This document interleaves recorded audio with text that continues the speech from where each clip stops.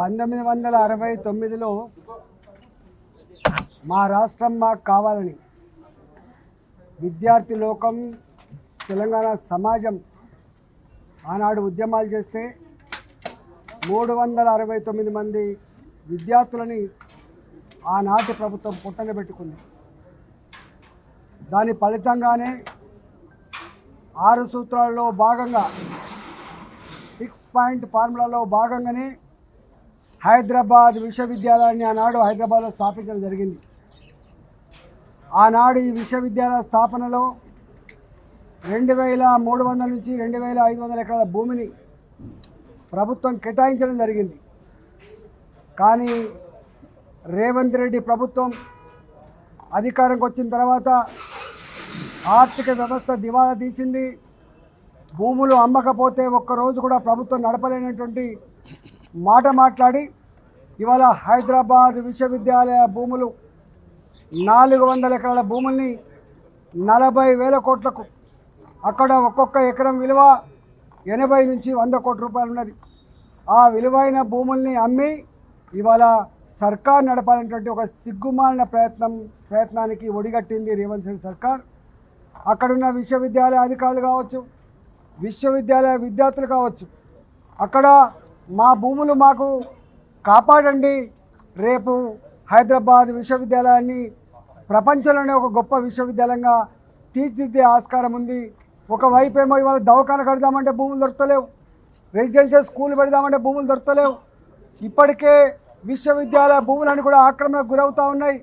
ఉన్న విశ్వవిద్యాలయ భూముల్ని అమ్మకండి, రియల్ ఎస్టేట్ బ్రోకర్గా మారకండి, కాంక్రీట్ జంగల్గా మార్చకండి, పర్యావరణాన్ని దెబ్బతీయకండి అని చెప్పి విద్యార్థులంతా కూడా మొక్కవోని ధైర్యంతో ఉద్యమాలు చేస్తూ ఉంటే ఇవాళ రేవంత్ రెడ్డి సర్కార్ పోలీసులు ఉసిగొల్పి 100 డోజర్లు అక్కడ పెట్టి పర్యావరణం అంతా కూడా ధ్వంసం చేసి చెట్లన్నీ కూడా కూల్చివేసి విద్యార్థుల రక్తాన్ని కళ్ళ చూసి ఇలా విద్యార్థుల మీద కేసులు పెట్టి జైళ్ల పాలు చేసే ప్రయత్నం చేస్తూ ఉంది.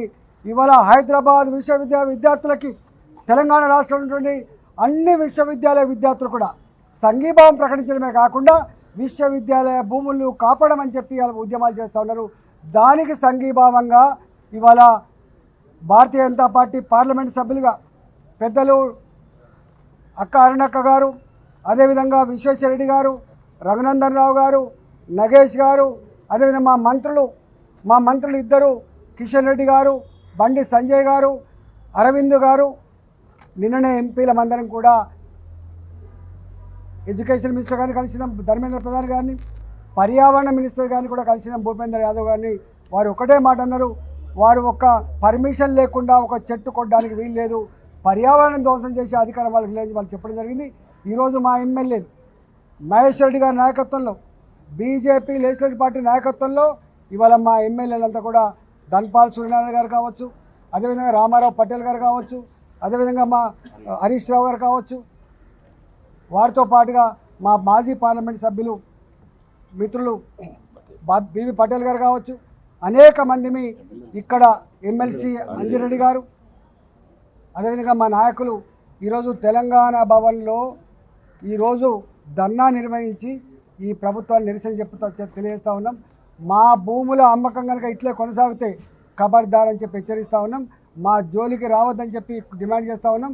భారతీయ జనతా పార్టీ ఆ భూముల రక్షణలో మాకున్న శక్తి మేరకి విద్యార్థులకు విశ్వవిద్యాలయానికి అండగా ఉంటామని చెప్పి విశ్వవిద్యాలయ భూములు కాపాడంలో భారతీయ జనతా పార్టీ పార్లమెంట్ సభ్యులుగా, భారతీయ జనతా పార్టీ శాసనసభ్యులుగా, భారతీయ జనతా పార్టీ శాసనమండలి సభ్యులుగా పార్టీ యావత్ అంతా కూడా వాళ్ళకు అండగా ఉంటుందని చెప్పి తెలియజేస్తూ ఉన్నాం.